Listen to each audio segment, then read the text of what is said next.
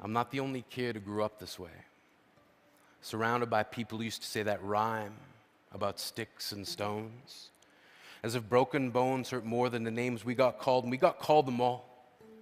So we grew up believing no one would ever fall in love with us, that we'd be lonely forever, that we'd never meet someone to make us feel like the sun was something they built for us in their tool shed. So broken heartstrings bled the blues, we tried to empty ourselves so we'd feel nothing. Don't tell me that hurts less than a broken bone. That an ingrown life is something surgeons can cut away, that there's no way for it to metastasize. It does. She was 8 years old, our first day of grade 3 when she got called ugly. We both got moved to the back of class so we would stop getting bombarded by spitballs. But the school halls were a battleground. We found ourselves outnumbered day after wretched day. We used to stay inside for recess because outside was worse. Outside, we'd have to rehearse running away or learn to stay still like statues, giving no clues that we were there. In grade 5, they taped a sign to the front of her desk that read, "Beware of dog." To this day, despite a loving husband, she doesn't think she's beautiful because of a birthmark that takes up a little less than half her face. Kids used to say she looks like a wrong answer that someone tried to erase but couldn't quite get the job done. And they'll never understand that she's raising 2 kids whose definition of beauty begins with the word mom. Because they see her heart before they see her skin, because they've never always been amazing. He was a broken branch grafted onto a different family tree. Adopted, not because his parents opted for a different destiny. He was 3 when it became a mixed drink of 1 part left alone and 2 parts tragedy. Started therapy in 8th grade. Had a personality made up of tests and pills. Lived like the uphills were mountains and the downhills were cliffs. 4/5 suicidal, a tidal wave of antidepressants, and an adolescent being called pauper. 1 part because of the pills, 99 parts because of the cruelty.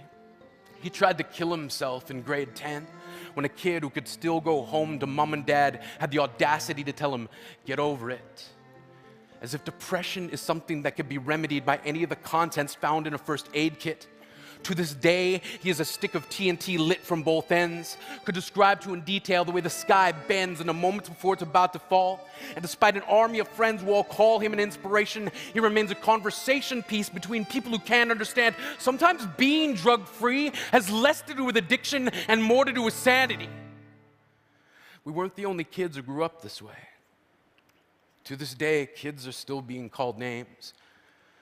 The classics were, "Hey stupid," "Hey spaz."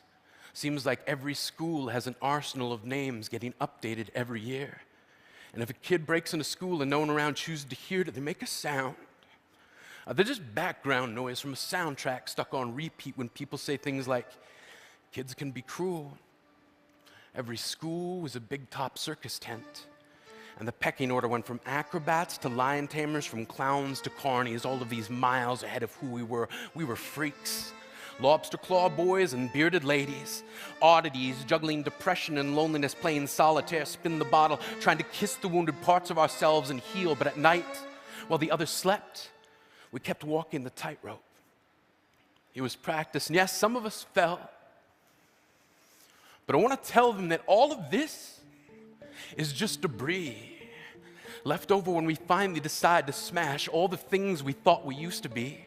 And if you can't see anything beautiful about yourself, get a better mirror, look a little closer, stare a little longer, because there's something inside you that made you keep trying despite everyone who told you to quit. You built a cast around your broken heart and signed it yourself. You signed it, they were wrong, because maybe you didn't belong to a group or a clique. Maybe they decided to pick you last for basketball or everything. Maybe you used to bring bruises and broken teeth to show and tell but never told. Because how can you hold your ground if everyone around you wants to bury you beneath it? You have to believe that they were wrong.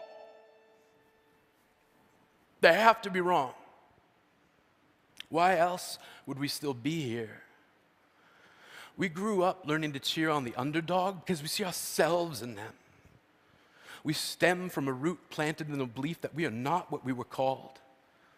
We are not abandoned cars stalled out and sitting empty on some highway. And if in some way we are, don't worry, we only got out to walk and get gas. We are graduating members from the class of "We made it," not the faded echoes of voices crying out, "Names will never hurt me." Of course, They did. But our lives will only ever always continue to be a balancing act that has less to do with pain and more to do with beauty.